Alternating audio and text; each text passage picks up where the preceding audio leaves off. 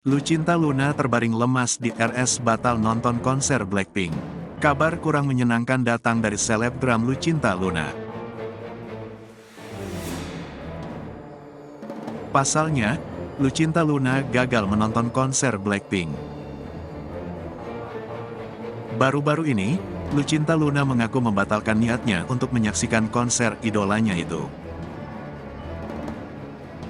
Hal itu lantaran dirinya kini diketahui sedang dalam kondisi yang kurang baik. Awalnya, Lucinta diketahui terbang ke Bangkok, Thailand.